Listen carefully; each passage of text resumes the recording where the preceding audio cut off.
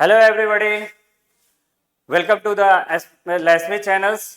I am Adhira Srivastav. I am going to start a new chapters force and pressure.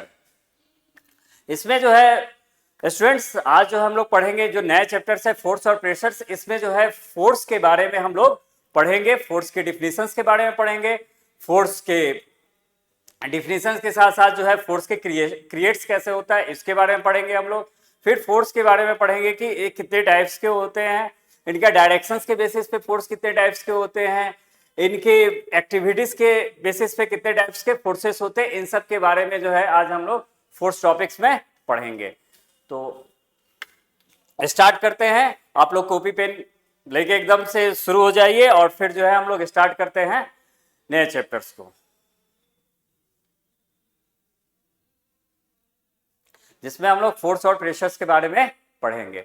जैसे कि पहला ही वहां पे वर्ड्स आता है फोर्स एंड प्रेशर। सॉरी,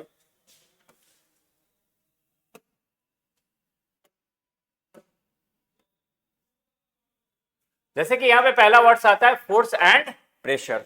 तो प्रेशर्स के बारे में हम लोग बाद में बात करेंगे, पहले हम लोग बात करते हैं फोर्स के बारे में कि ये फोर्स है क्या। तो जैसे कि यहाँ पे एक बंदे को दिखाया जा रहा है कि एक लड़का जो है एक डंबल लेकर जो है अपने बाइसेप को बना रहा है। मींस कि ये क्या कर रहा है कि डंबल के थ्रू जो है अपने मसल्स को इंक्रीज करने की बात कर रहा है, यानी अपने फिटनेस को ध्यान देने की चाहत रख रहा है। तो इट मींस क्या हो गया कि ये फिगर जो है डिसाइड कर रहा है कि ये मसल्स यानी मस्कुलर फोर्सेस लगाया जा रहा है। क्या लगाया जा रहा है इस बंदे के द्वारा? मस्कुलर फोर्सेस लगाया जा रहा है। साथ में एक और चीज देखेगा कि ये बंदा जिस चीज पे बैठा हुआ है, यानी ये टेबल पे बैठा हुआ है, इस टेबल पे भी एक तरह का फोर्सेस लगा रहा है, इसके पार्टिकुलर एरिया में एक फोर्सेस लगा रहा है। साथ में आप देखोगे क्या कि इसने अपना हैंड भी एक पार्टिकुलर एरिया में रखा हुआ है। साथ में देखोगे क्या कि इसके दोनों जो शूज हैं ये भी जो है एक पार्टिकुलर एरिया में रखा हुआ है और एक कंफर्टेबल तरीके से जो है ये जो है अपने हैंड्स को जो है डंबल के सहारे जो है अप एंड डाउन कर रहा है। मींस हम लोग समझेंगे कि ये अप क्यों कर रहा है, डाउन क्यों कर रहा है, ऐसे इसको क्या जो है बेनिफिट्स मिल सकती है। तो ये बेनिफिट्स ये है कि ये फोर्स यानी ये क्या कर रहा है कि अपने मसल्स को इंक्रीज कर रहा है, एक डंबल के सहारे को लेकर जो है अपने अंदर फोर्सेस को इंक्रीज करने की कोशिश कर रहा है, यानी इंटरेक्ट कर रहा है। फिर साथ में क्या कर रहा है कि वो डंबल को जो पकड़े हुए है वहां पे रियल मायने में वो क्या कर रहा है, एक तरह का फोर्सेस लगा रहा है, डंबल पे फोर्सेस लगा रहा है। यानी फर्स्टली आपका नजर इसी डंबल के शेप पर जाएगा जहां पे क्या कर रहा है, एक तरह का फोर्सेस लगा रहा है। तो ये जो फोर्सेस है इसको कहेंगे हम लोग मस्कुलर फोर्सेस। तो बाद में पढ़ेंगे कि मस्कुलर फोर्सेस कैसे अप्लाई करते हैं, लेकिन यहां पे समझना है कि ये फोर्सेस कहां पे लगाया जा रहा है। तो ये बंदा जो है डंबल पे जो है मस्कुलर फोर्सेस लगा रहा है। साथ में क्या कर रहा है कि ये डंबल पे जो फोर्सेस लगा रहा है तो इसमें ऐसा नहीं होता है, फोर्सेस के लिए कम से कम दो ऑब्जेक्ट्स का रहना जरूरी है। जो यहाँ पे इसका एक हैंड है और दूसरा क्या है, डंबल है। डंबल में जो एक्सल बना हुआ है वो उसका जो है ये दोनों का पोजीशन जैसे ही पकड़ते हैं, सपोज करो कि ये जो है हमारा डंबल है और इसको मैंने जो है यू पकड़ लिया तो ये इंटरेक्ट कर गया ना, तो ये सिचुएशंस यहां पे दिखा रहा है। साथ ही में ये बंदा जो है एक चेयर पे बैठा हो, सॉरी एक टेबल पे बैठा हुआ है और ये टेबल पे दिख रहा है क्या कि इस पे भी यहाँ पे बैठने पे भी एक पार्टिकुलर एरिया में ये क्या कर रहा है, फोर्सेस लगा रहा है। तो हम पढ़ेंगे कि अगर फोर्सेस पार्टिकुलर एरिया में होता है तो क्या होता है। फिर यहाँ पे आते हैं तो वो दोनों सूज के सहारे जो है एक जो है पुश कर रहा है अर्थ के सरफेस को, यानी ग्राउंड को पुश कर रहा है, जिसके कारण वो स्टेबल रह सके और आराम से जो है कंफर्टेबल तरीके से क्या कर सके, वह डंबलिंग कर सके। यानी इट मींस कि ये एक्सरसाइज जो कर रहा है वो करे। इट मींस कि यहाँ पे फोर्स का बहुत बड़ा जो है एक रोल प्ले हो रहा है। साथ में फोर्स जो है पार्टिकुलर एरिया में लग रहा है। साथ में एक और चीज हमें मिल रहा है कि डंबल और उसके फिंगर्स के बीच में जो इंट्रैक्शन हो रहा है इस ये भी देखने को मिल रहा है कि केवल एक डंबल जो है सामने रख दिया जाए और हम उसको हाथों से टच ना करें, उसको उठाए नहीं, तो फिर हम लोग एक्सरसाइज नहीं कर पाएंगे। तो ये भी पढ़ेंगे कि हमें जो है फोर्स के लिए जो है किस किस चीजों की जरूरत है, क्या नीड है। फिर आते हैं हम लोग कि यहाँ पे एक सेकंड फिगर यहाँ पे दिखाया गया है कि जिसमें कि एक लड़का जो है वॉकिंग कर रहा है। वॉकिंग करने के दौरान जो है ये इसके पैर के पोजीशंस को देखोगे, इसके शूज के पोजीशंस को देखोगे तो अप डाउन वाली पोजीशन से, यानी एक बार पुश कर रहा है, एक बार पुल कर रहा है, एक बार पुश कर रहा है, एक बार पुल कर रहा है। यानी आप भी चलोगे तो देखोगे कि एक पैर को आप जो है ग्राउंड के साथ जो है पुश करते हो तो दूसरे को पुल करते हो, ग्राउंड से अप करते हो, फिर एक पैर को जो है डाउन करते हो तो फिर दूसरे पैर को अप करते हो। यही सिचुएशन जो है यहाँ पे इस बंदे के साथ, इस लड़के के साथ दिखाया गया है। तो इस चीज पे भी ध्यान रखना है कि इसका एक मीनिंग होता है कि आप जो है अप एंड डाउन चल रहे हो, यानी पुश कर रहे हो फिर पुल कर रहे हो। दोनों पैर को एक साथ पुश करके आप चल नहीं सकते, आप में मूवमेंट नहीं आ सकता। दोनों पैर को पुश करके आप में मूवमेंट नहीं आ सकता, दोनों पैर को पुल करके भी नहीं आएगा आप में मूवमेंट सही तरीके से। तो ये प्रॉब्लम्स है, यानी दोनों पैर को जो है आप अप करके भी आप नहीं चल सकते हो, और ना ही दोनों पैर को जो है, दोनों पैर को एक साथ पुश करके भी ग्राउंड के साथ आप नहीं चल पाओगे। यानी चलना है आपको एक कंफर्टेबल तरीके से चलना है, वॉकिंग करते हुए चलना है, सही पोजीशन में चलना है जहां पे आप गिरो नहीं, फॉल नहीं करो। वैसी स्थिति में जो है आपने देखा होगा कि आप जो है एक पैर को अप करेंगे और दूसरे को डाउन, यानी एक को पुश करेंगे और एक को पुल करेंगे। तो ये चीज जो है यहाँ पे ये चीज दिखाया जा रहा है, यही इस पिक्चर का एक मीनिंग है, जो कि बहुत मजेदार मीनिंग है। क्योंकि आप भी हमेशा यूं ही करते रहते हो कि आप चलोगे, जैसे अभी तो आप बैठ के देख रहे हैं, लेकिन मैं बार बार जो है मूवमेंट कर रहा हूं, तो इस मूवमेंट में पता चल रहा है कि मैं पुश और पुल दोनों कर रहा हूं अपने पैर के साथ, किस पे, ग्राउंड पे। तो कह रहा है क्या कि यहाँ पे पढ़ना है क्या कि when you walk on the road we apply push और pull on the ground. Push और पुल करते हैं, यानी अप एंड डाउन वाले सिचुएशन चलता है, एक अप एक डाउन, फिर अप फिर डाउन, यानी ये सिचुएशन, यानी पुश फिर पुल फिर पुश फिर पुल, ऐसा कंडीशंस हमारे साथ चलता है। फिर सेकंड कह रहा है क्या कि वी मूव फॉरवर्ड और बैकवर्ड और लेफ्ट एंड राइट। आप किसी भी डायरेक्शन में जाओ, जैसे कि मैं आपकी तरफ दिख रहा हूं, आपके स्टूडियो की तरफ देख रहा हूं, आप मुझे देख रहे हो, तो मैं फॉरवर्ड डायरेक्शन में गया, तो फॉरवर्ड डायरेक्शन में भी मैं अप एंड डाउन वाले यानी पुश और पुल के कंडीशंस में ही जाऊंगा। मुझे लेफ्ट जाना है तो फिर भी मुझे क्या करना होगा कि अपने दोनों पैरों में से एक को पुश और एक को पुल करना होगा, तभी मैं ऐसा लेफ्ट जा सकता हूं या राइट जा सकता हूं। अंडरस्टूड? आप भी अभी प्रैक्टिकल कर सकते हो मोबाइल देखते हुए कि लेफ्ट और राइट आप जाओगे तो देखोगे पैर में मूवमेंट्स हो रहा है, कैसा, पुश और पुल हो रहा है, यानी पैर में मूवमेंट कैसा हो रहा है, एक में पुश और एक में पुल। फिर आप बैकवर्ड डायरेक्शंस में जाओ तो भी और पुश और पुल हो रहा है। बस आप जंपिंग करोगे तो ऐसा नहीं हो सकता, आप जंपिंग करोगे तो दोनों एक साथ जो है पुश करेंगे या दोनों एक साथ पुल करेंगे। अंडरस्टूड? लेकिन वॉकिंग वाले कंडीशंस में तो नॉट पॉसिबल, ये वॉकिंग वाले कंडीशंस में ये पॉसिबल हो ही नहीं सकता है कि आप दोनों को पुश करो या दोनों को पुल करो। सिर्फ जंप में ऐसा कंडीशंस आ सकता है, चाहे वो लॉन्ग जंप हो या हाई जंप हो। अंडरस्टूड? चलिए एक बार फिर से आते हैं यहाँ पे कि we move forward and backward and left and right, यानी किसी भी डायरेक्शन में आपको जाना है, पुश और पुल की जरूरत पड़ेगी। यहां पे भी एक बंदे को देख रहे हैं कि एक हाथ में कप लिए हुए हैं और सोफा सेट पे बैठे हुए हैं, और कप लिए हुए हैं, एक हाथ से जो है चाय की चुस्की ले रहे हैं या कॉफी की चुस्की ले रहे होंगे, और साथ में जो दूसरे हाथ में मोबाइल है, यानी मोबाइल को भी देख रहे हैं, व्हाट्सएप वगैरह पे चैटिंग कर रहे हैं। तो जो ये जो सिचुएशंस जो दिखा रहा है, इसमें भी यही चीज दिखाने की कोशिश की जा रही है कि यहाँ पे इस बंदे ने जो है दो जगह जो है फोर्सेस लगाए हुए हैं। एक जो है, एक में क्या कर रहा है कि मोबाइल में पुश कर रहा है और एक को पुल कर रहा है। तो यहाँ पे देखना है कि कप जो होता है, कप को अपने पास ला रहा है, यानी नियर अबाउट में ला रहा है, नजदीक ला रहा है। तो वैसी स्थिति में क्या कर रहा है, अपनी तरफ कप को क्या कर रहा है, खींच रहा है, यानी पुश कर रहा है, अपनी तरफ पुल कर रहा है, यानी अट्रैक्ट कर रहा है। कप को क्या कर रहा है, अपनी तरफ अट्रैक्ट कर रहा है। तो जब अट्रैक्शन का कंडीशन आए तो समझ जाना कि क्या है, वो पुल है। यानी किसी भी चीज को जब हम अपनी तरफ अट्रैक्ट करते हैं, यानी अपनी तरफ मूव करते हैं, अट्रैक्ट करते हैं, तो ऐसी स्थिति में हम उसको क्या कहेंगे, पुश कह सकते हैं। फिर दूसरे हाथ से वो क्या कर रहा है कि मोबाइल को भी देख रहा है, तो उसमें भी कभी अप एंड डाउन करें, यानी पुश और पुल कर रहा है, यानी कभी अपने तरफ अट्रैक्ट कर रहा है, कभी अवे लेके चला जा रहा है, कभी अट्रैक्ट कर रहा है, फिर अपने से दूर लेके चला जा रहा है। ये कंडीशन दिखा रहा है।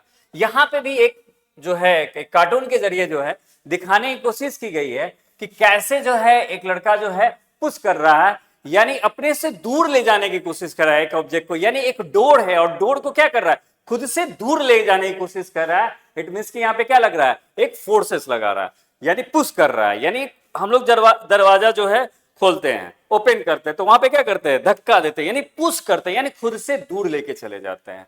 यानी खुद के नजदीक लाने का मतलब पुल हो गया, और खुद से दूर ले जाने का मतलब क्या हो गया, पुश हो गया, यानी अवे।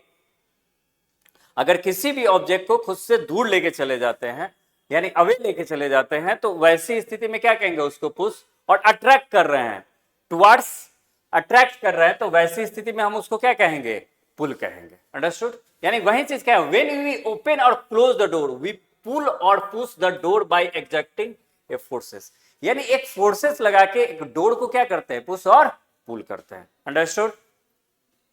फिर हम लोग देख रहे हैं क्या कि when we sit on the sofa set we apply a force we change the shape of the sofa, when we pull और push some objects we exert a force on them. इसमें एक चीज और दिखाया गया है, कह रहा है क्या कि जब सोफा सेट पे बैठा है तो पार्टिकुलरली एरिया पे उसमें क्या आ रही है, कुछ ना कुछ चेंजिंग आ रही है, सोफा सेट के शेप में थोड़ी सी चेंजिंग आएगी, फिर वो पुराने वाले चेंजिंग पोजीशंस में आ जाएगा। ये सोफा सेट की खासियत होती है। जैसे हम लोग का जो रबड़ होता है, रबड़ इलास्टिक बैंड्स होते हैं जिसको हम लोग स्ट्रेच करते हैं, फिर वो क्या होता है, उसको छोड़ देंगे तो पुराने वाले पोजीशंस में चला आएगा, यानी शेप में चेंजिंग आ जाती है। यानी पुश और पुल करके भी हम लोग ऐसा कर सकते हैं। तो यही चीज यहाँ पे समझाने की कोशिश किया है। फिर यहाँ पे आते हैं कि एक बंदे को दिखलाया जा रहा है क्या कि एक लड़के को, सॉरी एक छोटा बच्चा है जो कि एक फुटबॉल खेल रहा है, और फुटबॉल खेलने में भी देखिएगा कि जब ये बॉल को मार रहा है तो यहाँ पे एक पैर को पूरी तरह से जो है पुश किए हुए ग्राउंड की तरफ और एक पैर को जो है पुल कर रहा है बॉल की तरफ, ग्राउंड से जो एवॉव जा रहा है ये सेकेंड वाला पैर, यानी उसका कह सकते हैं कि जो लेफ्ट पैर है ये ऊपर उठ रहा है और जो राइट पैर है वो ग्राउंड के साथ क्या है, वो जो है चिपका हुआ है, यानी ग्राउंड को वो क्या कर रहा है, पुश कर रहा है, और ग्राउंड को जो है वो क्या कर रहा है, जो राइट लेग है वो क्या कर रहा है, उसको जो है पुश कर रहा है, ग्राउंड को पकड़े रहे, ग्राउंड और उसके पैर के बीच में एक ग्रिपिंग बना रहा है, जो कि सबसे इंपॉर्टेंट है। इस ग्रिपिंग वर्ड की मैं बात करूंगा। और साथ में एक पैर को वो क्या कर रहा है कि पुश कर रहा है, यानी ऊपर की तरफ उठा रहा है ताकि फुटबॉल को क्या कर सके, मार सके। नहीं, लेफ्ट पैर को वो ऊपर उठा रहा है फुटबॉल को मार सके, यानी सीधे कह रहा है कि यहां भी पुश और पुल क्या कर रहा है, एक ऑब्जेक्ट पे एक्ट कर रहा है, यानी पुश और पुल कुछ बड़ा होने जा रहा है। साथ में पुश और पुल के कारण क्या होता है, आप में उसमें ऑब्जेक्ट्स में थोड़ी बहुत चेंजिंग भी चली आती है।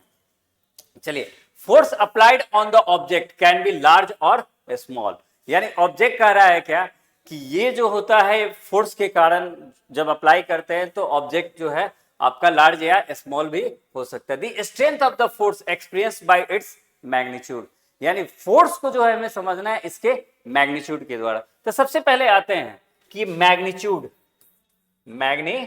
क्या है।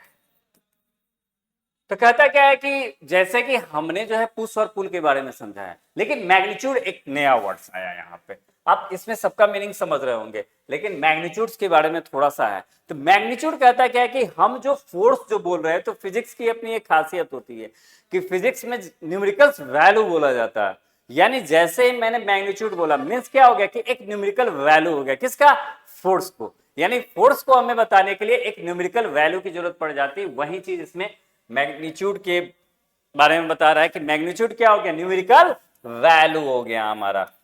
मैग्नीट्यूड क्या हो गया हमारा, न्यूमेरिकल वैल्यू हो गया। और इसी न्यूमेरिकल वैल्यू के बेसिस पे जो है हम समझेंगे कि फोर्स का स्ट्रेंथ क्या है। जैसे आपसे मैं एक सिंपल एग्जांपल लेता हूं, जैसे 2 न्यूटन, मैं 2 बोलूं, 3 बोलूं, 4 बोलूं, तो आप 2, 3, 4 में क्या बोलोगे कि 2 स्मॉल है, 4 क्या है, बहुत बड़ा तो नहीं है, मतलब कि 2 से बड़ा है। फिर मैं बोलूं 2 and 10, तो आपको क्या लगेगा, कौन ग्रेटर है, तो 10 ग्रेटर है, यानी 10 क्या है, लार्जर नंबर है। लेकिन यहाँ पे एक और चीज ध्यान रखना है कि हम यहाँ पे न्यूमेरिकल वैल्यू की बात कर रहे हैं, यानी न्यूमेरिकल वैल्यू यहाँ पे नंबर तो होगा ही होगा, लेकिन साथ में उसके साथ एक और चीज ऐड होगा, एक और थिंग्स को हम लोग ऐड करेंगे जिसको हम लोग यूनिट बोलते हैं, और यूनिट के थ्रू हम लोग समझाएंगे कि ये मैग्नीट्यूड फोर्स का है क्या। तो फोर्स के लिए जो यूनिट की बात करेंगे हम लोग तुरंत आगे पढ़ेंगे कि ये फोर्स के लिए जो हम कौन से न्यूमेरिकल वैल्यू में क्या डालेंगे, यानी 10 हो और 2 हो, उसके साथ क्या रखेंगे कि ये हमारा जो है फोर्स आ जाएगा। तो जिससे हम लोग पहचानेंगे कि ये 2 और 10 है क्या। जैसे आप मार्केट में जाते हो, सब्जी खरीदते हो या अदर चीज खरीदते हो, जैसे कपड़ा खरीदने गए और सब्जी खरीदने गए, तो दोनों के खरीदने में अंतर है। एक में क्या बोलते हैं कि हमें मीटर चाहिए, यानी इतने मीटर का कपड़ा चाहिए शॉर्ट सिलवाने के लिए, पैंट सिलाने के लिए, लेकिन वहीं अगर सब्जी खरीदना हो तो हम लोग केजी में बात करते हैं। यानी ये देखेंगे, यानी यूनिट, यानी मैग्नीट्यूड के साथ में क्या होता है, इसके यूनिट भी ऐड होते हैं और उसी यूनिट के बेसिस पे हम लोग आइडेंटिफाई करते हैं। जैसे कि यहां पे दिया force is denoted by the letter F, यानी फोर्स को डिनोटेड किया गया है लेटर एफ से। यहां पे दिया हुआ उस यूनिट का नाम SI unit of force is Newton. SI unit of force क्या है आपका? न्यूटन है। यानी कह रहा है क्या कि न्यूटन के थ्रू जो है हम लोग आइडेंटिफाई करेंगे। न्यूटन यानी कैपिटल एन से लिखते हैं न्यूटन को, बहुत इजी है। देखो यहां पे लिखा हुआ है एन, कैपिटल एन लिखा हुआ है, यानी 25 एन न्यूटन। यानी न्यूटन को किससे डिनोट करते हैं? एन से करते हैं, यानी कैपिटल एन से करते हैं। एक बहुत ही सर आइजैक न्यूटन हम लोग आगे पढ़ेंगे, पढ़ेंगे कि सर आइजैक न्यूटन कौन थे, लेकिन उनके सम्मान में, उनके ऑनर में हम लोग जो है फोर्स का एसआई यूनिट जो है हम लोग न्यूटन रखे हुए हैं। फोर्स का एसआई यूनिट क्या रखे हुए हैं? न्यूटन रखे हुए हैं। एसआई यूनिट का मतलब होता है सिस्टम ऑफ इंटरनेशनल यूनिट या इंटरनेशनल यूनिट। तो इंटरनेशनल यूनिट में फोर्स को जो डिनोट किया जाता है वो न्यूटन को किया जाता है। अभी थोड़ा देर पहले मैं समझा रहा था, क्या समझा रहा था? यही ना समझा रहा था कि आप जो है मार्केट जाते हो, सब्जी खरीदने गए या कपड़ा खरीदने गए या कोई दूसरा सामान खरीदने गए, जैसे केला खरीदने गए। चलो मैं बात करता हूं, चूंकि खाने वाली चीजों पे ही प्रॉपर बात करता हूं, तो आपको केला खरीदना है और सेब खरीदना है। तो सेब और केले को जब आप खरीदने जाइएगा तो दोनों के बोलने में आपको बड़ा अंतर होगा, बड़ा डिफरेंसेस होगा। आप केले की दुकान पे जाइएगा, आप बोलिएगा कि मुझे केला चाहिए, तो पूछेगा कि आपको कितना दर्जन चाहिए, यानी डजन में आपसे पूछेगा। इट मीन्स कि ऑलरेडी आप लोग नोन होंगे कि 1 डजन इक्वल टू 12। तो वो पूछेगा आपसे कि आपको कितने डजन चाहिए, तो आप बोलिएगा 1 डजन, हाफ डजन या जो भी हो, आप बोलोगे कि 2 डजन चाहिए। फिर उस हिसाब से वो बोलेगा कि ठीक है भैया वो 30 रुपीज है, 40 रुपीज है या 50 रुपीज है, ये आपसे बोलेगा कि 30, 40, 50 रुपीज है, आप इसको ले लो। आप उस हिसाब से आप लेते हो।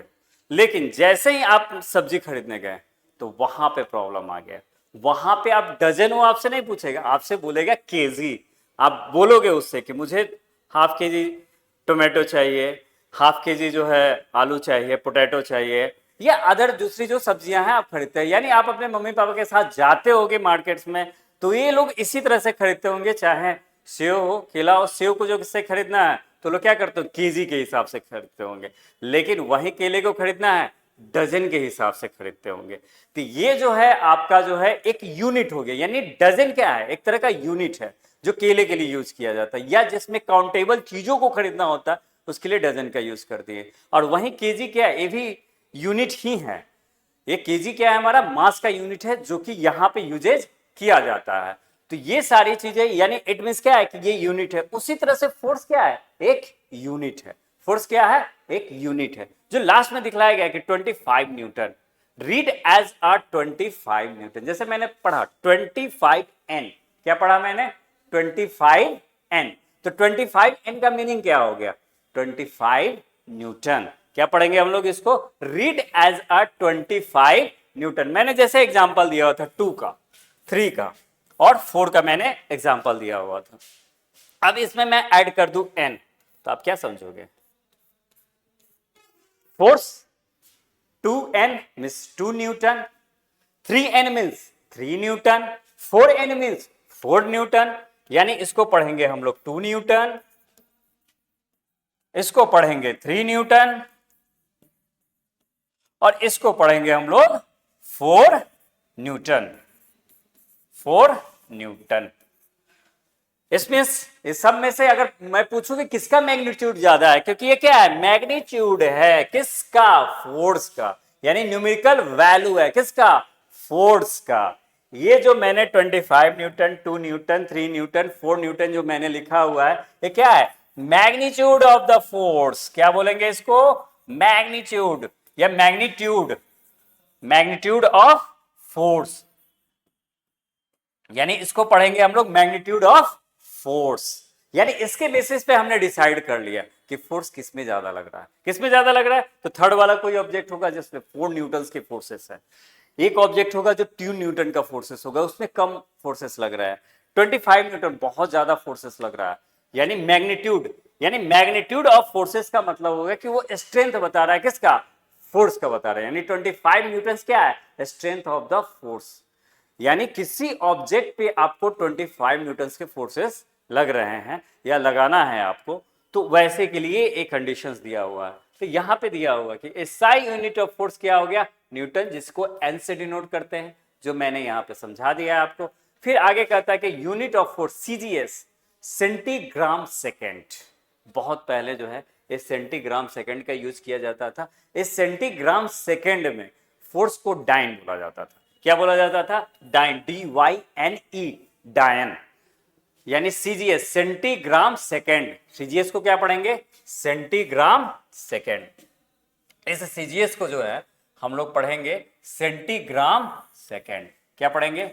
सी फॉर सेंटी, जी फॉर ग्राम और एस फॉर सिस्टम। सिस्टम नहीं सॉरी, सेकेंड। क्या पढ़ेंगे? सेकेंड, यानी सेंटीमीटर ग्राम सेकेंड। पूरा नाम लिख देते हैं, सेंटीमीटर ग्राम सेकेंड। ये हम लोग अपने जब छोटे थे तो हमने क्या याद किया था? Centigram second. लेकिन आप लोग पूरा नाम जानो, सेंटीमीटर। भले आप लोग याद करना सेंटीग्राम सेकेंड, लेकिन क्या है अभी फिलहाल जानना है, क्योंकि सीख रहे हो तो इसको क्या ध्यान में रखना? सेंटीमीटर। फिर उसके नीचे ग्राम लिखा है मैंने, सेकेंड, यानी सी फॉर सेंटीमीटर, जी फॉर ग्राम और एस फॉर सेकेंड। फिर अगला कहता क्या है कि relations between newton and dyne. Dyne और न्यूटन के बीच में एक रिलेशंस क्या है? तो कहता क्या है कि 1 newton equal to 10 to the power 5 dyne. यानी आपको लग रहा होगा ना कि कुछ थोड़ा सा क्रिटिकल है, आपने एक्सपोनेंट एंड पावर में पढ़ा होगा 10 टू द पावर 5, यानी डाइन इसको पढ़ते हैं। तो ये डाइन में आज के समय में प्रेजेंट टाइम में हम लोग बहुत ज्यादा इसका यूजेज नहीं होता है। सबसे अधिक यूजेज किसका होता है? इस न्यूटन का सबसे अधिक यूजेज होता है। हम लोग जो है कहीं भी बात करते हैं, अगर फोर्स की बात करते हैं तो फोर्स को अगर रिप्रेजेंट करना है उसके मैग्नीट्यूड में, यानी उसके न्यूमेरिकल वैल्यू में, तो फिर हम लोग किस में करते हैं? इस सीजीएस में नहीं करते हैं, बल्कि हम लोग एसआई में करते हैं, जो क्या है आपका? न्यूटन। फिर आते हैं force has both magnitude and direction. Force की सबसे बड़ी खासियत है कि इसको तो न्यूमेरिकल वैल्यू द्वारा रिप्रेजेंट किया ही जाता है, इसके यूनिट को लगा के। जैसे मैंने यहाँ पे 25 Newton, 2 Newton, 3 Newton, 4 Newton. I hope कि अब आपको ध्यान में भी आ गया। जैसे मैं बोलूँ 10 न्यूटन तो आप समझ गए होंगे 10N यानी 10 न्यूटन। इट मीन्स आप समझ गए होंगे कि ये मैग्नीट्यूड ऑफ फोर्स है। मैं बोलूँ आपसे 7 न्यूटन तो आप समझ जाओगे मैग्नीट्यूड ऑफ फोर्स है। 111 न्यूटन आप समझ जाओगे कि मैग्नीट्यूड ऑफ फोर्स है, यानी फोर्स का क्या है? ये न्यूमेरिकल वैल्यू है। अंडरस्टूड? अब क्या होता है कि फोर्स के साथ अपना डायरेक्शंस भी होता है। याद कीजिए जो हमने डंबल वाला पिक्चर देखा हुआ था, तो डंबल वाले पिक्चर्स में क्या था? एक डायरेक्शंस में, एक पार्टिकुलर डायरेक्शंस में हम लोग फोर्सेस को क्या कर रहे हैं? अप डाउन, यानी पुश और पुल कर रहे हैं। क्या कर रहा है? पुश कर रहे हैं, फिर पुल कर रहा है, फिर पुश कर रहा है, फिर पुल कर रहा है। वही स्थिति जो है हम लोग का सेकंड था। क्या जो डायग्राम था, याद होगा आपको, एक पिक्चर था जिसमें एक बच्चा जो क्या कर रहा है? वॉकिंग कर रहा है। तो उस बच्चे के वॉकिंग में आपको दिखाया गया होगा क्या कि एक पैर को पुश कर रहा है, दूसरे को पुल कर रहा है, फिर पुश कर रहा है, फिर पुल कर रहा है। तो कहने का मतलब कि एक वो पार्टिकुलर डायरेक्शंस में वो चल रहा हो, या तो फॉरवर्ड चल रहा हो, जैसे मैं आपकी तरफ आगे बढ़ गया तो फॉरवर्ड डायरेक्शन हो गया, पीछे चला गया तो बैकवर्ड, फिर लेफ्ट हो गया तो फिर लेफ्ट साइड में चले गए, फिर राइट साइड में। यानी मैं जिधर की तरफ पुश और पुल करूंगा मैं उसी डायरेक्शंस में जाऊंगा। वही चीज बताना चाहता है कि force applied and that directions उसी डायरेक्शंस में होता है। जिधर हम फोर्स को अप्लाई करते हैं उसी डायरेक्शंस में क्या होता है? हमारा फोर्स होता है। यानी जिस डायरेक्शंस में हम लोग फोर्स अप्लाई करते हैं, ऑब्जेक्ट भी क्या होता है? उसी डायरेक्शंस में मूव करता है। अंडरस्टूड? जैसे यहाँ पे मैंने उस डंबल वाली कहानी बताई, उस बच्चे की कहानी बताई कि बच्चे जो फॉरवर्ड डायरेक्शंस में जा रहा है तो फिर क्या हो गया? उसका फोर्सेस भी उसी डायरेक्शंस में होगा। आई मीन्स कि मैं आपको फॉरवर्ड डायरेक्शंस में जा रहा हूँ, तभी मैं फोर्सेस कहाँ लगा रहा हूँ? फॉरवर्ड लगा रहा हूँ। यानी अब मैं फोर्सेस जो है लेफ्ट साइड में लगा, तो क्या हो गया? ये मेरा फॉरवर्ड हो गया। बात समझा रहे हैं? यानी फोर्सेस पुश और पुल किधर लगा रहा हूं मैं? अब सॉरी, राइट साइड में लगा रहा हूं। अब मुझे लेफ्ट साइड में चलना है, तो फिर मैं क्या करूंगा? अब जो फोर्सेस होगा वो क्या होगा? लेफ्ट साइड में लगेगा। अब मैं चाहता हूं कि नहीं बैकवर्ड हो जाऊं, तो मैं फोर्सेस कहां लगाऊंगा? बैकवर्ड डायरेक्शंस में। यानी फोर्स के डायरेक्शंस के हिसाब से जो है हमारा क्या होता है? ऑब्जेक्ट का डायरेक्शन डिसाइडेड होता है। फोर्स के डायरेक्शंस के हिसाब से ऑब्जेक्ट का डायरेक्शन क्या होता है? डिसाइडेड होता है। या अगर ऑब्जेक्ट ने खुद ही डिसाइड कर लिया है कि हमें किस डायरेक्शन में चलना है, तो चाहता है कि फोर्स उसी डायरेक्शंस में आपको क्या हो? लगे। यानी फोर्स अगर उसी डायरेक्शंस पे एग्जर्ट कर रहा है, अप्लाई हो रहा है, तो वो उसी डायरेक्शंस पे जाएगा। जैसे यहाँ पे एक पर्सन को भागते हुए दिखाया गया, तो ये क्या कर रहा है कि ये फॉरवर्ड डायरेक्शंस में भाग रहा होता है। तो ये दिखा रहा है कि इसने फोर्सेस कहाँ लगाया? फॉरवर्ड डायरेक्शंस में लगाया। तो क्या कर रहा है, फॉरवर्ड की तरफ जा रहा है। अब जैसे मैं, आप स्क्रीन पे देख रहे होंगे, मैं फोर्सेस कहाँ लगा रहा हूँ, बैकवर्ड डायरेक्शन, तो मैं मूव कहाँ करूंगा, बैकवर्ड। जैसे मुझे ले लो कि मैं एक ऑब्जेक्ट हूँ और मैं जो है बैकवर्ड डायरेक्शन में एक फोर्सेस लगा रहा हूँ, तो मैं कहाँ जाऊंगा, बैक जाऊंगा। फिर मैं अगर मैं चाहता हूं कि आपकी तरफ इसी डायरेक्शन में आऊं, यानी मैं राइट साइड में अगर फोर्सेस लगाऊंगा तो आपके नजदीक आ जाऊंगा, और फिर मैं अगर लेफ्ट साइड में फोर्सेस लगाऊंगा, इट मींस क्या हो गया कि मैं जो है स्क्रीन के पास, यानी ये सेंसर बोर्ड के पास मैं चला आया। अंडरस्टूड?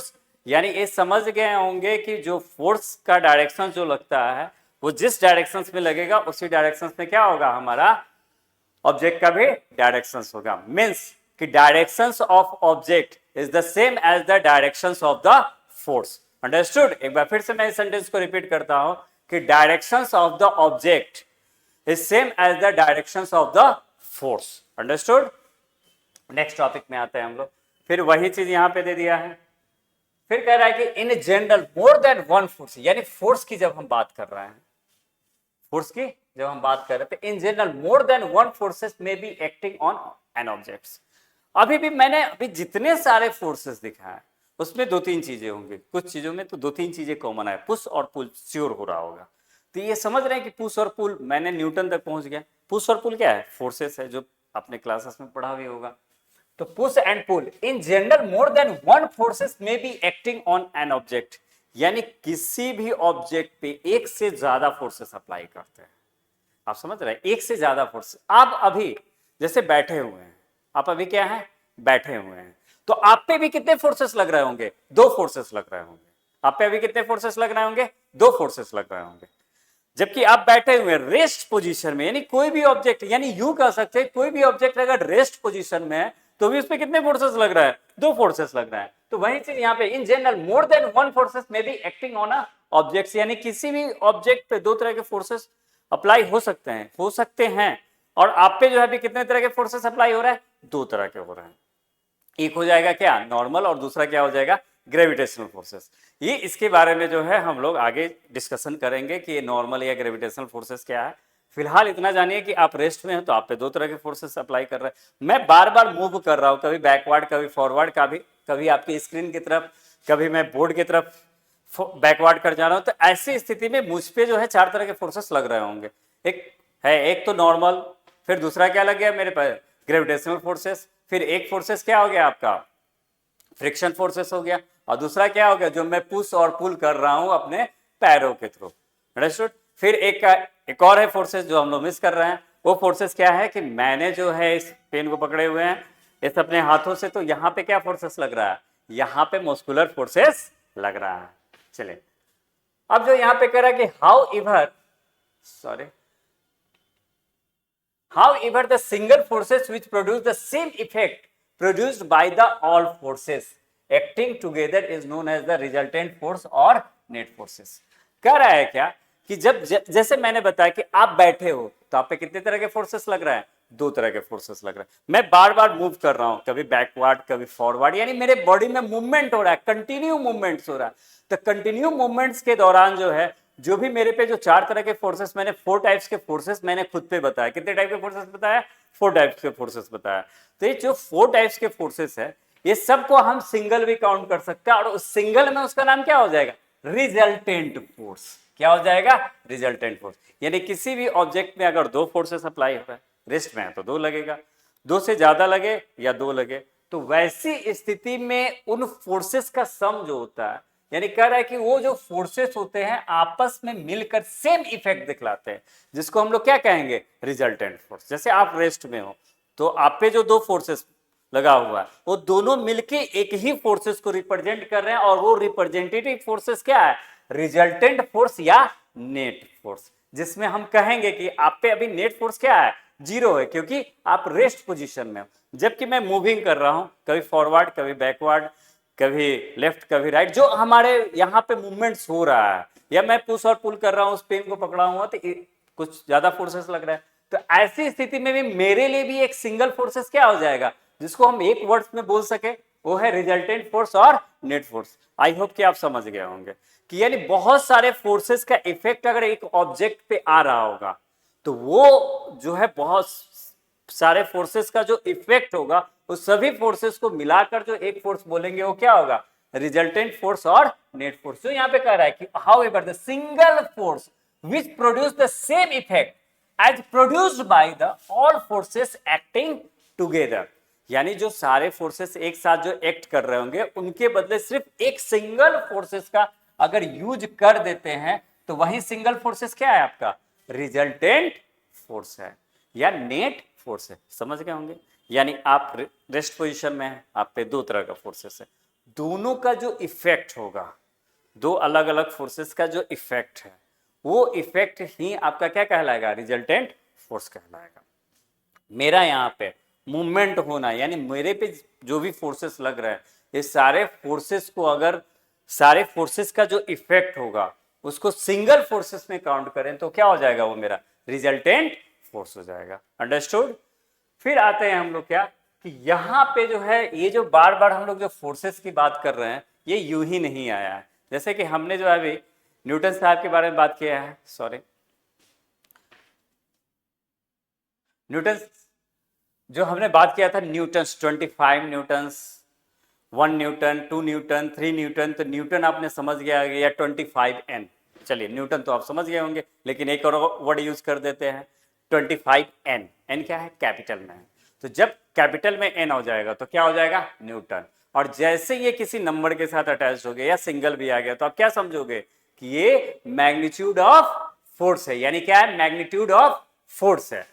तो फिर यहां पे जो है हम लोग बात करेंगे कि मैंने बताया भी था कि न्यूटन एक साइंटिस्ट, सर आइजैक न्यूटन जो एक साइंटिस्ट थे, इन्हीं को ऑनर देने के लिए, इन्हीं को सम्मान देने के लिए, चूंकि इनको हम डायरेक्टली साइंटिस्ट नहीं बोलते हैं, इनको सर बोला जाता है, इनको साइंटिस्ट नहीं बोल के क्या बोला जाता है, सर बोला जाता है। तो बाद में हम लोग डिस्कस करेंगे कि आखिर इनको साइंटिस्ट क्यों नहीं बोला जाता। फिलहाल आ जाइए इस कंटेंट में कि सर ही हैं, तो सर आइजैक न्यूटन। तो आइजैक न्यूटन साहब ने जो है इनको सम्मान देने के लिए जो है एसआई में जो है हमने इनको क्या दिया, न्यूटन दिया, डाइन के प्लेसेस पे क्या दिया, न्यूटन दे दिया। और हमने इन्हीं के नाम पे, चूंकि इनके नाम में ही सर आइजैक न्यूटन था, तो इनको ऑनर देने के लिए हमने क्या किया, फोर्स का जो एसआई यूनिट था उसको हमने न्यूटन कर दिया। फोर्स के एसआई यूनिट को क्या कर दिया, न्यूटन कर दिया, जिसको हम लोग किससे डिनोट करते हैं, कैपिटल एन से, जिसको हम लोग बोलते हैं न्यूटन। और ये क्या हो गया, एसआई यूनिट ऑफ फोर्स है। ये क्या है आपका, एसआई यूनिट ऑफ फोर्स। यानी ये न्यूटन साहब का जो है, न्यूटन साहब को सम्मान देने के लिए किया गया था। ये जो है 1643 में जो है इंग्लैंड में इनका बर्थ हुआ था, और फिर जो है 1727 में जो 84 ईयर्स की एज में 31 मार्च को जो है ये डेथ कर गए थे। अब आते हैं कि इनका सम्मान क्यों है। इन्होंने क्या किया था कि जैसे कि यहाँ पे एक पिक्चर दिख रहा है कि एक सेव गिर रहा है, आप देख रहे होंगे कि एक सेव जो है गिर रहा है। तो ये सेव के बगीचे में थे, देखे कि सेव गिर रहा है, अक्सराहें देखते थे कि सेव नीचे की तरफ गिर रहा है। तो फिर इनके दिमाग में आया कि आखिर सेव क्यों गिर रहा है। उसके बाद से इन्होंने जो है उसके बारे में सोचना शुरू किया, एक थिंकिंग करना शुरू किया, और उसके बाद से थिंकिंग करते करते जो है इसके बारे में जो है इतना पीछे पड़े कि बहुत बड़ी इन्होंने क्या किया, एक डिस्कवरी किया। और उन्होंने सबसे पहले न्यूटोनियन मैकेनिक्स के बारे में गए, जहां पे इन्होंने जो है मैकेनिकल फिजिक्स में जो सबसे पहले शुरुआत होती है, जो फोर्स की बात आती है, वो फोर्स को जो है इन्होंने ही डिफाइन करना शुरू किया। और इन्हों के सम्मान पे हमने क्या दिया, न्यूटन दिया। इन्होंने पार्टिकुलर रीजन बताया कि आखिर जो है सीओ जो है अर्थ के सरफेस पे क्यों आया और ऊपर की तरफ क्यों नहीं जा रहा। फिर इन्होंने यूनिवर्सल ग्रेविटेशन का एक कॉन्सेप्ट दिया, जिसमें बताया कि इस पूरे यूनिवर्स में जो सेलेस्टियल ऑब्जेक्ट्स है या अदर ऑब्जेक्ट्स है, उनके बीच में एक फोर्सेस लगता है, जिसको हम लोग क्या कहते हैं, ग्रेविटेशनल फोर्सेस बोलते हैं, जो इन्हीं के द्वारा दिया गया था। फिर हमें जो है मैथ में जो है हमें कैलकुलस, इन्फिनिटेशनल कैलकुलस के बारे में पढ़ना है, जो कि हमें जो है कैलकुलस जो कि हायर क्लासेस की चीजें है। ऑप्टिक्स में भी, यानी optics related to the lights, तो उस चैप्टर्स में भी जो है इनके बारे में पढ़ना है। फिर बाइनोमियल सीरीज में जो है न्यूटन्स का अपना कॉन्सेप्ट था, इस बाइनोमियल सीरीज को भी हम लोग हायर क्लासेस में पढ़ते हैं। फिर न्यूटन्स मेथड, इसको भी पढ़ना है। फिर फिलोसफी नेचुरल्स प्रिंसिपिया मैथमेटिकिया जो है, ये भी जो है आपको पढ़ना है, ये भी हायर क्लासेस में है। तो ये जो है इनका सबसे बड़ा जो है एक कॉन्सेप्ट इन सभी के बीच में इन्होंने दिया हुआ था, जिसमें से हम लोग जो है फिलहाल जो है मैकेनिकल फिजिक्स में जो है इस न्यूटन के बारे में जो है जो भी हम लोग को जो आपका फोर्स और प्रेशर चैप्टर है इसमें जो है इन्हीं से शुरुआत हो जाती है। जैसे force, push and pull is called force, तो वहीं से जो है इनकी शुरुआत हो जाती है कि पुश और पुल को तो फोर्स कहते हैं, लेकिन फिर इसमें मैग्नीट्यूड होता है यानी न्यूमेरिकल वैल्यू होता है। उस न्यूमेरिकल वैल्यू को रिप्रेजेंट करने के लिए हमने जिस वर्ड का यूज किया उसमें न्यूटन साहब को सम्मान देने के लिए जो इनका जो टाइटल था न्यूटन, उसी को हमने वहां से अडॉप्ट किया। और फिर जो हम लोग जैसे बोलते हैं 25 न्यूटन, 1.25 न्यूटन, तो ये मीनिंग दे देता है कि ये मैग्नीट्यूड ऑफ द फोर्स है। अंडरस्टूड? तो ये आ गया हमारा न्यूटन मैकेनिक्स, न्यूटोनियन मैकेनिक्स में जो है हमें ये चीज पढ़ना है, बस यही है। अब आते हैं हम लोग क्या कि पुल। पुल के बारे में कहता क्या है कि exert the force upon something so as cause the movement towards the force, यानी किसी भी फोर्स को अगर हम अपनी तरफ खींच रहे होते, जैसे यहां पे एक पिक्चर में दिखाया गया है कि ये खींच रहा है एक रोप को, एक पेड़ में रखा हुआ है, उस रोप को अपनी तरफ खींच रहा होता है, तो इट मीन्स क्या है कि ये एक फोर्स दिखा रहा है टुवर्ड्स ओन, यानी अपनी तरफ ये क्या कर रहा है, तो किसी भी फोर्सेस, किसी भी ऑब्जेक्ट को अपनी तरफ खींचना यानी causes the movement towards the force, यानी टुवर्ड्स द फोर्स जब आ जाता है तो उसका रीजन क्या हो, उसको क्या कहेंगे हम लोग, पुल कहेंगे। क्या बोलेंगे? पुल बोलेंगे। अगर फोर्स जो है टुवर्ड्स है तो उसको हम लोग क्या बोलेंगे? पुल बोलेंगे, यानी टुवर्ड्स पुल, तो हम उसको क्या बोलेंगे? पुल बोलेंगे। यही इस पिक्चर में दिखा रहा है। फिर सेकेंड पिक्चर में दिखा रहा है क्या कि एक डोरी होगा या एक वाल होगा, उसको ये क्या कर रहा है, पुश कर रहा है। जैसे मान लीजिए कि ये यहां पे भी है, यहां पे वाल है, आपके घर के पास वाल ही होगा, आप जिस रूम में देख रहे होंगे चारों तरफ वाल ही होगा, तो उस वाल पे आप जाइए और ऐसे कीजिए तो क्या हो गया, पुश हो गया, यानी खुद से अवे, यानी खुद से किसी चीज को दूर कीजिएगा, मूवमेंट अवे हो जाता है, तो उसको क्या कहते हैं हम लोग? पुश कहते हैं। उसको क्या बोलेंगे? पुश कहेंगे। यानी मूवमेंट अवे, यानी move away, anythings move away means क्या हो गया, वह पुश हो गया। और anythings attract towards is called pull, यानी पुल जो लास्ट स्लाइड्स में था, और यहां पे क्या है, पुश है, जिसमें क्या करे कि मूवमेंट अवे, यानी कोई भी चीज अगर हमसे दूर जा रहा होता है तो उसको हम लोग क्या कहेंगे? पुश कहेंगे। अंडरस्टूड? यानी पुल मीन्स क्या हो गया, अट्रैक्ट टुवर्ड्स, और पुश मीन्स क्या हो गया, अवे, एनीथिंग्स अवे। फिर आता है क्या कि आपको कॉजेज ऑफ फोर्स, ये सबसे जरूरी है। कॉजेज ऑफ फोर्स जो मैंने पहले बताया था कि डंबल वाला जो एग्जांपल होगा उसमें क्या लगाया था आपने एक तरह का फोर्सेस, मैंने बताया था कि ये डंबल है, सपोज करो कि वो डंबल दिख रहा था कि ऐसे ऐसे कर रहा, तो डंबल को जो अप एंड डाउन कर रहा है, यानी कभी पुश फिर पुल, तो अप एंड डाउन जो कर रहा है वहां पे डंबल का जो एक्सल होगा, उस एक्सल में और इसके फिंगर के बीच में, यानी इसके हथेली पाम के बीच में जो फोर्सेस लग रहा है, वो क्यों लग रहा है? वो फोर्सेस इंट्रैक्शंस के कारण लग रहा है, एक दूसरे में इंटरेक्ट हो जा रहा है, एक दूसरे को अट्रैक्ट कर रहा है, उस इंट्रैक्शंस में वो क्या कर रहा है कि अप एंड डाउन कर रहा है, डंबल को वो शख्स कर रहा था, वो बंदा कर रहा था, अप एंड डाउन कर रहा था। वही चीज यहां पे भी एक पिक्चर में दिखाने की कोशिश की गई, एक रोप, और इस रोप में जो है इधर के दो बंदे हैं और इधर एक सिंगल है, यानी इधर जो है दो बच्चे हैं और उधर एक सिंगल बच्चा है, दोनों एक रोप को जो है एक दूसरे की तरफ अट्रैक्ट करना चाहते हैं, जिसमें कि क्या हो रहा है, इन पे कम फोर्सेस आ रहा है, मैग्नीट्यूड ऑफ फोर्सेस इन दोनों बच्चों का कम है, इसलिए वो क्या कर रहा है, वो हेल्दी बच्चा जो है अपनी तरफ जो है रोप को खींच दे रहा है, जिससे ये दोनों बच्चे क्या हो रहे हैं, गिर जा रहा है, यानी अपनी तरफ खींच रहा है, यानी वो क्या कर रहे हैं, उसको पुल कर रहा है अपनी तरफ, तो जिसके कारण जो है वो उतने फोर्सेस वो दोनों बच्चे नहीं लगा पा रहे हैं। तो ये कह रहा है कि यहां पे इंट्रैक्शंस है, रोप और जो हैंड है यहां पे जो यूज किया हुआ है, ये दोनों बच्चे जो मिलके जो यूज कर रहे हैं रोप को पकड़ने के लिए, तो वहां पे जो फिंगर होंगे यानी पाम होंगे और रोप के बीच में एक इंट्रैक्शंस लगेगा, क्योंकि दोनों के पास, पाम के पास भी अपने पार्टिकल्स हैं और फिर क्या है अपना रोप के पास भी क्या है आपके पार्टिकल्स है, तो दोनों के बीच में एक इंटरेक्शंस लग रहा है, यानी फिंगर और रोप के बीच में एक इंटरेक्शंस लग रहा है जो अट्रैक्ट करने की कोशिश कर रहा है। और इसी में क्या हो रहा है कि या तो पुश हो रहा है नहीं तो पुल हो रहा है।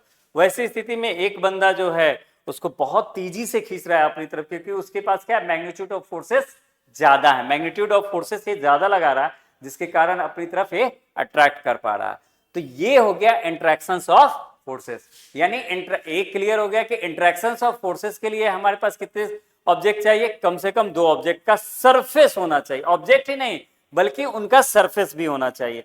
जैसे कि ये दोनों हथेली है, अगर एक सिंगल हथेली को रखे तो कुछ होगा, किसी तरह का कुछ भी नहीं हो सकता, क्योंकि अगर किसी को चाटा भी मारना है तो उसके लिए भी हमें क्या चाहिए, हमको दूसरे किसी का चिक चाहिए जिसपे हम लोग, यानी दूसरे किसी के चिक के सरफेस चाहिए जिसपे हम चाटा मार सके और एक आवाज आएगी, एक साउंड आएगा। तो कहने का मतलब क्या है कि इंटरेक्शंस होने के लिए 2 ऑब्जेक्ट का सरफेस होना जरूरी है। जैसे आप अभी बैठ के इस वीडियो को देख रहे हो तो वहां पे बैठे बैठे जो है अपने दोनों हाथों को रब कर सकते हो ऐसे ऐसे करके, तो यहां पे भी फोर्सेस लग रहा है, तो यहां पे भी दोनों सरफेस है कि नहीं है, दोनों हथेली के जो सरफेस है दोनों एक दूसरे को क्या कर रहे हैं, रब कर रहे हैं। तो ऐसी स्थिति में क्या हो रहा है, यहाँ पे फोर्सेस लग रहा है जिसके कारण आपका हथेली क्या हो जाएगा, हिट कर जाएगा।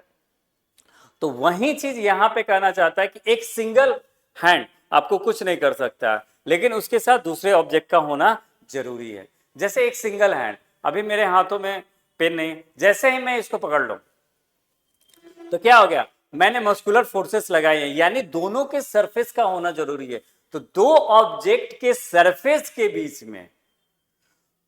बीच में जो फोर्सेस लगता है पुश और पुल, उसमें जो इंट्रैक्शंस होता है उसी के बारे में कह रहा है कि उसी के कारण कॉजेज ऑफ फोर्स होता है। यानी इंट्रैक्शंस ऑफ एन ऑब्जेक्ट, यहां पे लिखा हुआ है interactions of an object with another object, यानी interactions between the object is causes of the force. यानी कॉजेज ऑफ फोर्स के लिए क्या बोलेंगे, इंट्रैक्शंस बिटवीन द ऑब्जेक्ट या interactions of an object with another object, यानी एक ऑब्जेक्ट का दूसरे ऑब्जेक्ट के साथ जो इंट्रैक्शंस होगा वो चाहे कांटेक्ट हो या नॉन कांटेक्ट हो। जैसे पहला एग्जांपल कांटेक्ट का दिखाया जा रहा है कि यहां पे ऑब्जेक्ट यानी रोप और फिंगर के बीच में एक कांटेक्ट फोर्स का वर्क हो रहा है, जिसके कारण इंट्रैक्शंस ऑफ फोर्सेस हो रहा है, यानी इंट्रैक्शंस हो रहा है जिसके कारण कॉजेज ऑफ फोर्स बन रहा है, यानी पुश और पुल हो रहा है। लेकिन एक सेकंड पिक्चर में आप दिखाइएगा क्या कि 2 मैग्नेट्स हैं, 2 मैग्नेट है, यहाँ पे साउथ पोल आपको दिख रहा होगा, यहाँ पे नॉर्थ पोल। दोनों मैग्नेट एक दूसरे के कांटेक्ट में नहीं है, लेकिन एक दूसरे के मैग्नेटिक फील्ड में जब चले जाते हैं तो उनके बीच में क्या हो जाता है, इंट्रैक्शंस हो जाता है, यानी एक दूसरे को अट्रैक्ट कर लेते हैं।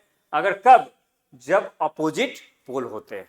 अगर सेम पोल होंगे तो क्या होगा, एक दूसरे से रिपल्स होंगे, लेकिन एक मैग्नेटिक फील्ड के दौरान ही होंगे। यानी इसमें भी कह रहा है कि यानी ये कहने का मीनिंग हो गया कि कांटेक्ट फोर्स में भी इंट्रैक्शंस ऑफ सरफेस हो जाएगा, यानी इंट्रैक्शंस ऑफ एन ऑब्जेक्ट हो जाएगा। और फिर कह रहा है क्या कि अगर नॉन कांटेक्ट हो, यानी किसी तरह का कोई संपर्क नहीं है, कांटेक्ट ही नहीं है, लेकिन फिर भी वहां पे अगर फोर्सेस एग्जर्ट करते हैं, फोर्सेस अप्लाई कर रहे हैं एक दूसरे पे, तो वहां भी क्या होगा, इंट्रैक्शंस ऑफ फोर्सेस होगा, क्योंकि ये नॉन कांटेक्ट है। ये क्या है, नॉन कांटेक्ट है, और ये क्या है आपका, कांटेक्ट है। कुछ बच्चों को कंफ्यूजन हो रही होगी कि सर ये तो अट्रैक्ट कर रहा है तो फिर ये तो कांटेक्ट ही हुआ, जब मैग्नेट एक दूसरे को अट्रैक्ट कर रहा है। तो बच्चों नहीं, आप देखना कि 2 मैग्नेट डिफरेंट पोल्स के हो। कभी कभी आप खेल में देखोगे मैग्नेट ले लिए एक दूसरे के पास पे रखे अट्रैक्ट करके, एक दूसरे से काफी दूर रखिए 2 मैग्नेट्स को, तो वो अट्रैक्ट नहीं हो, लेकिन स्लाइटली एक दूसरे के नजदीक लाइए, नियर अबाउट में लाइए। तो नियर अबाउट में देख, अचानक सा ऐसे करेगा, मेरी हथेलिये पे देखिएगा, डरिएगा नहीं, अचानक ला रहे हैं, धीरे धीरे ला रहे हैं, और अचानक से अट्रैक्ट क्या कर जाता है, अट्रैक्ट करता है एक दूसरे को। या कभी कभी होता है कि दोनों को लाए, दोनों के सेम पोल है, तो आप क्या हुआ कि एक दूसरे के नजदीक ला रहे हैं, कोई फर्क नहीं, फिर ज्यादा पास में लाए, वो एक दूसरे से भागने लगते हैं। फिर अगर उसमें से किसी एक को कुछ दूर पे कर दीजिएगा तो फिर वो एक दूसरे से दूर नहीं भागते हैं, यानी उसमें किसी तरह की हलचल नहीं होती है। तो उसका रीजन तो होता है मैग्नेटिक फील्ड। अगर मैग्नेटिक फील्ड में अगर आ जाते हैं दोनों, तो अट्रैक्शन होगा या रिपल्सन होगा, लेकिन वहां पे तो कांटेक्ट नहीं होता। जैसे रिपल्सन के केसेस में तो कांटेक्ट नहीं हो रहा है, लेकिन फोर्सेस तो लग रहा है, वो क्या कर रहा है, वो भाग रहा है, यानी वो उसको क्या करना चाहता है, पुश कर रहा है। यानी पुश करने के यहां पे बेस्ट एग्जांपल है कि अगर डिफरेंट मैग्नेट्स हैं,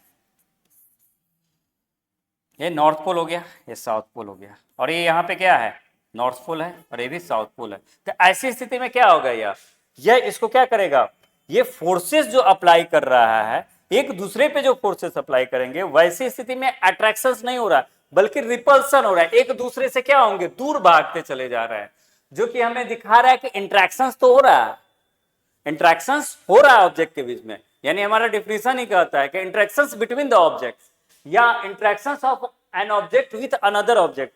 तो यहां पे दो ऑब्जेक्ट हैं, इंट्रैक्शंस भी हुआ, किसी तरह का कांटेक्ट भी नहीं है, लेकिन एक दूसरे से क्या कर रहे हैं, भाग रहे हैं। यानी जो है अगर सपोज करो कि ये वाला भाग रहा है, सेकंड मैग्नेट अगर भाग रहा है, तो फर्स्ट मैग्नेट क्या कर रहा है, उसको भगाने की कोशिश करे, यानी फर्स्ट मैग्नेट क्या कर रहा है, उसको पुश कर रहा है कि तुम यहां से दूर भागो, ये क्या कर रहा है, यहां पे पुश कर रहा है। तो ऐसी स्थिति में यहां पे किसी तरह का दोनों मैग्नेट के बीच में कांटेक्ट नहीं है, दोनों मैग्नेट के बीच में कांटेक्ट नहीं है, लेकिन दोनों के सेम पोल होने के कारण फर्स्ट मैग्नेट जो है सेकंड मैग्नेट को क्या कर रहा है, पुल कर रहा है कि भागो यहां से, भागो यहां से, और सेकंड मैग्नेट भी भागना चाहता है क्योंकि उसको क्या मिल रहा है, सेम पोल मिल रहा है। ऐसी स्थिति में क्या कर रहा है, दोनों एक दूसरे से भागने की कोशिश कर रहे हैं, यानी दोनों एक दूसरे से भागना चाहता है। उसमें से जो स्ट्रॉन्ग मैग्नेट होगा वो वीक मैग्नेट्स को क्या करेगा, भगाते चला जाएगा। अंडरस्टूड। चलिए, तो यहां पे यही कह रहा है कि कॉजेज ऑफ फोर्सेस में कि आखिर फोर्स के कॉज क्या है, फोर्स क्यों लगता है। तो फोर्स इसलिए लगता है क्योंकि इंटरेक्शंस बिटवीन द ऑब्जेक्ट, यानी फोर्स क्यों लगता है, तो interactions between the object. Understood. यानी जो फोर्सेस लगेंगे इंटरेक्शंस बिटवीन द ऑब्जेक्ट लगते हैं। फिर आगे जो है हम लोग इस इंटरेक्शंस के बाद पढ़ेंगे कि at least object must interact with each other for the force come into the play. कम से कम कितने ऑब्जेक्ट चाहिए, मैंने बताया था कि दो ऑब्जेक्ट कम से, मैंने हथेली वाला एग्जांपल दिया था, दो चाहिए, एक हथेली से किसी को चाटा मारना फिर भी दूसरा सरफेस चाहिए, यानी कम से कम दो ऑब्जेक्ट चाहिए, और इससे अधिक भी हो सकते हैं, यानी मोर देन टू ऑब्जेक्ट्स, या मिनिमम तो टू ऑब्जेक्ट्स है। सिंगल एक हैंड कुछ नहीं कर सकता। एक ताल, आपने सुना होगा कहावत कि थाली बजना, तो जो थाली जो बजता है, जो बर्तन होते हैं, पॉट्स होते हैं साफ करने का, तो एक सिंगल पॉट होगा तो बहुत ज्यादा जो है आवाज नहीं करेगा, लेकिन दो तीन बर्तन है या ज्यादा बर्तन है तो फिर आप देखिएगा कि वो काफी आवाज करते हैं। तो वही चीज है कि, और फिर ये भी आपने एक और कहा सुना होगा, ताली यानी क्लैपिंग जो होता है वो सिंगल हैंड से नहीं होता है, क्लैपिंग के लिए भी डबल हैंड चाहिए ही चाहिए, चाहे वो आपका हो या किसी बगल वाले का। बगल वाले के साथ भी खेल खेल में अगर आप ताली बजाते हो तो बगल वाले का भी दोनों पाम चाहिए आपको ताली बजाने के लिए, यानी क्लैपिंग के लिए। तो वैसी स्थिति में भी मिनिमम कितने चाहिए, दो चाहिए, यानी फोर्सेस अगर अप्लाइड करने हैं तो दो ऑब्जेक्ट तो कम से कम चाहिए, चाहे वो कॉन्टेक्ट के ऑब्जेक्ट हो या नॉन कॉन्टेक्ट के हो। साथ ही में कह रहा है क्या कि उन ऑब्जेक्ट के बीच में इंटरेक्शंस हो, तो कह रहा है कि कॉजेज ऑफ फोर्सेस में between the interactions between the object क्या होगा, यानी कॉजेज ऑफ फोर्सेस के लिए अगर सिंपल वर्ड में पूछा जाए तो interactions between the objects is called causes of force, यानी main causes of force is the interactions of an object with another object. Understood. इसमें एक से ज्यादा ऑब्जेक्ट्स हो जाएंगे। फिर यहां पे एक फोर व्हीलर को चलते हुए दिखाया गया है, जिसमें देख रहे होंगे कि यहां पे भी दिखाया जा रहा है कि एक फोर्सेस लग रहा है, अप्लाई हो रहा है इस टायर और ग्राउंड के बीच में, यानी अर्थ के सरफेस के बीच में जो हमारा रोड है, रोड और टायर के बीच में एक फोर्सेस लग रहा है, एक ग्रिपिंग का काम कर रहा है। मैंने ग्रिपिंग वर्ड इसके पहले भी यूज किया हुआ था। ग्रिपिंग मतलब कि उसको पकड़े रहता है। अगर रोड खराब हो, बहुत ज्यादा स्मूथ हो, तो वो क्या करेगा, चक्के और रोड के बीच में बहुत ज्यादा वर्क नहीं कर पाएगा। तो वही स्थिति है यहाँ पे। तो कह रहा है क्या कि वो इंटरेक्शंस दिखा रहा है, जैसे force due to interactions, interactions के कारण क्या क्या हो सकता है। तो कह रहा है कि consider the case fun ride, seat belt का हम लोग यूज करते हैं तो भी इंटरेक्शंस है। जैसे यहाँ पे एक बच्ची को देखा गया है कि ये राइडिंग के लिए एक फोर व्हीलर में बैठी हुई है और इंटरेक्शंस, यानी ये क्या कर रही है कि सीट बेल्ट का यूज कर रही है, तो ये भी क्या दिखा रहा है कि इंटरेक्शंस दिखा रहा है, यानी दो ऑब्जेक्ट का होना। When the ride give the movement to hooks pull in the opposite direction and support each other. यानी जब हम बेल्ट का यूज करते हैं, जैसे यहाँ पे दिखा रहा होगा कि बच्ची जो जिस बेल्ट का यूज कर रही है, इसको एक बैक पोजीशन दिए हुए है कि ये बैक डायरेक्शंस में स्थिर रह सके, ताकि कार पे अचानक सा जब ब्रेक लगेगा तो ये बच्ची आगे की तरफ ना झुक पाए। इसके लिए सीट बेल्ट का यूज किया जा रहा है। तो ये बता रहा है कि इंटरेक्शंस के यूजेस क्या है, इसके एप्लीकेशंस क्या है। फिर यहां पे जो है फोर्स ड्यू टू इंटरेक्शंस में जैसे पैराशूट का यूज किया जाता है। पैराशूट का यूजेस किया जा रहा है कि जैसे कि हम लोग क्या करते हैं, अर्थ के सरफेस की ओर आते हैं, जैसे यहाँ पे एक प्लेन दिखाया गया और इस प्लेन से इनको जो है अर्थ के सरफेस की तरफ आना। तो पैराशूट भी यहाँ पे क्या दिखा रहा है कि इंटरेक्शंस दिखा रहा है कि फोर्स ड्यू टू इंटरेक्शंस, यानी एक फोर्सेस लग रहा है फॉरवर्ड डायरेक्शंस में, जिसके कारण इनके स्लाइटली स्लोली जो है अर्थ के सरफेस पे क्या आ रहा है, पैराशूट के थ्रू ये आ रहा है। यानी वहां पे जो है एयर के कारण जो फोर्सेस इनके सूट पे लग रहे हैं, जिसके कारण क्या हो रहा है, नीचे आ रहा है। Two objects are mutually interacting then applying a force on each other. तो वही चीज यहाँ पे दिखाया जा रहा है। Some examples of interactions, interactions के एग्जांपल्स यहाँ पे जैसे दो बंदे लड़ाई कर रहे हैं, तो दो हैंड का होना तो जरूरी है, तभी लड़ाई हो पाएगा। जैसे यहाँ पे भी इस पिक्चर में भी यही चीज दिखाया गया है कि अगर इंटरेक्शंस हो रहा है तो उन दोनों के बीच में जो हथेली या पैर का यूजेज होगा। तो ये जो पैर का जो यूजेज हो रहा है वो भी क्या दिखा रहा है कि दो ऑब्जेक्ट्स का इंटरेक्शंस होना जरूरी है। तो यहाँ पे तो दिख रहा है 3-4 ऑब्जेक्ट्स, जैसे इनका दोनों हैंड, एक पैर जो एक दूसरे, इनका भी दोनों हैंड और पैर एक दूसरे को क्या कर रहे हैं, इंटरेक्ट कर रहे हैं, मारने के लिए इंटरेक्ट कर रहे हैं। यानी force is applied on the both our arm and his and hand as. यानी दोनों के आर्म का जो यूज कर रहे हैं तो दोनों में क्या होंगे, प्रॉब्लम्स आएंगे, दोनों को चोट लगेगा। तो ये दिखा रहा है कि इंटरेक्शंस हो रहा है। जैसे आप सिंपल घर पे बैठे हुए हैं, एक हल्का सा वॉल पे मारने की कोशिश कीजिए, तो वॉल से तो आवाज आएगा ही आएगा, आपके जो फिंगर्स है इसमें भी क्या होंगे, थोड़ी सी पेन हो जाएगा। तो ये चीज हमको दिखा रहा है। चलिए, कैरम बोर्ड की गोटी, ये भी बेस्ट एग्जांपल है इंटरेक्शंस का। यानी कह रहा है कि बहुत सारे कैरम बोर्ड की गोटी है और इसमें एक जो है हमने जो है यहाँ के जो क्वाइंस रखे गए हैं, इसको जो हिट किया जा रहा है। तो हिट करने के दौरान जो का ये पिक्चर है, स्टार्टिंग का नहीं है, ये भी वही सिचुएशन दिखा रहा है कि इंटरेक्शंस ऑफ क्या है, ऑब्जेक्ट्स है।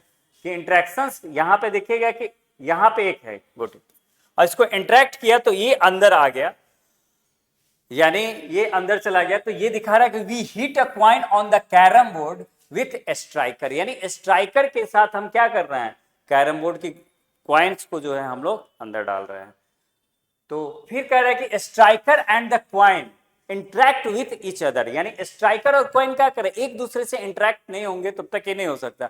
तो वही इंटरेक्ट कर रहे हैं, जिसके कारण क्या हो रहा है कि एक फोर्सेस अप्लाई हो रहा है और फिर वो जो क्या कर रहा है, कॉइन मेक इट मूव, यानी कॉइन क्या कर रहा है, मूव करने लग रहा है। वही चीज यहाँ पे दिखाया गया है कि एक स्ट्राइकर है, एक क्वाइन है, बहुत सारे क्वाइंस है, यहाँ पे स्ट्राइकर से इसको हिट किया गया तो एक क्वाइन जो है यहाँ पे आ गया, होल में आ गया, और होल के कारण क्या हो गया कि एक क्वाइन वो क्या किया, विन कर गया।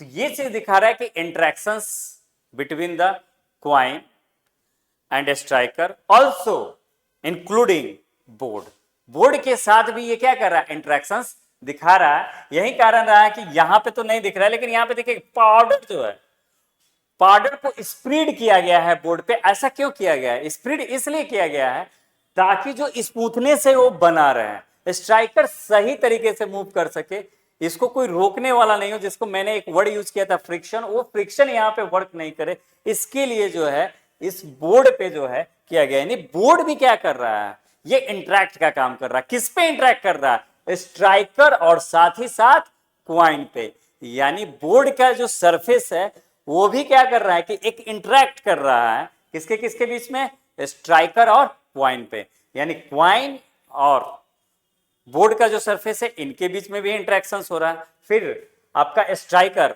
और बोर्ड का जो सरफेस है इसके बीच में भी क्या कर रहा है, एक तरह का इंटरेक्शंस का वर्क कर रहा है। और साथ में जो आपका क्वाइन है और जो स्ट्राइकर है, इन दोनों के बीच में भी क्या हो रहा है, अगर एक दूसरे को हिट कर रहे हैं, अगर स्ट्राइकर क्वाइन को हिट कर रहा है तो वहां भी क्या हो रहा है, इंटरेक्शंस हो रहा है।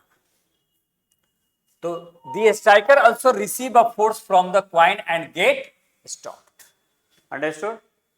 अब आते हैं इफेक्ट ऑफ फोर्स, जो कि हम लोग नेक्स्ट क्लासेस में जो है इफेक्ट ऑफ फोर्सेस पढ़ेंगे। आज हम लोगों ने जो पढ़ा है, पहले पढ़ा है क्या कि फोर्स के बारे में, फिर हमने फोर्स के एसआई यूनिट्स के बारे में पढ़ा, उसमें पढ़ा कि पुश और पुल क्या है। पुश, जो हम किसी भी चीज को जो है खुद से दूर करते हैं तो क्या हो गया हमारा, पुश हो गया। पुल हो गया कि अट्रैक्ट करते हैं यानी मूव अवे, ये क्या हो गया हमारा, पुश हो गया। और अट्रैक्ट टुवर्ड्स, ये क्या हो गया हमारा, पुल हो गया। तो इसको हम लोगों ने पढ़ा। फिर उसके बाद से न्यूटन्स के बारे में पढ़ा कि न्यूटन है क्या, यानी मैग्नीट्यूड ऑफ फोर्स पढ़ा, यानी स्ट्रेंथ ऑफ फोर्स पढ़ा। और स्ट्रेंथ ऑफ फोर्स में ही हमने पढ़ा न्यूटन के बारे में कि कहीं भी अगर न्यूटन दिया हो तो आप समझ जाना कि मैग्नीट्यूड ऑफ फोर्स है, वो किसको बता रहा है, वो न्यूमेरिकल वैल्यू फोर्स को बता रहा है।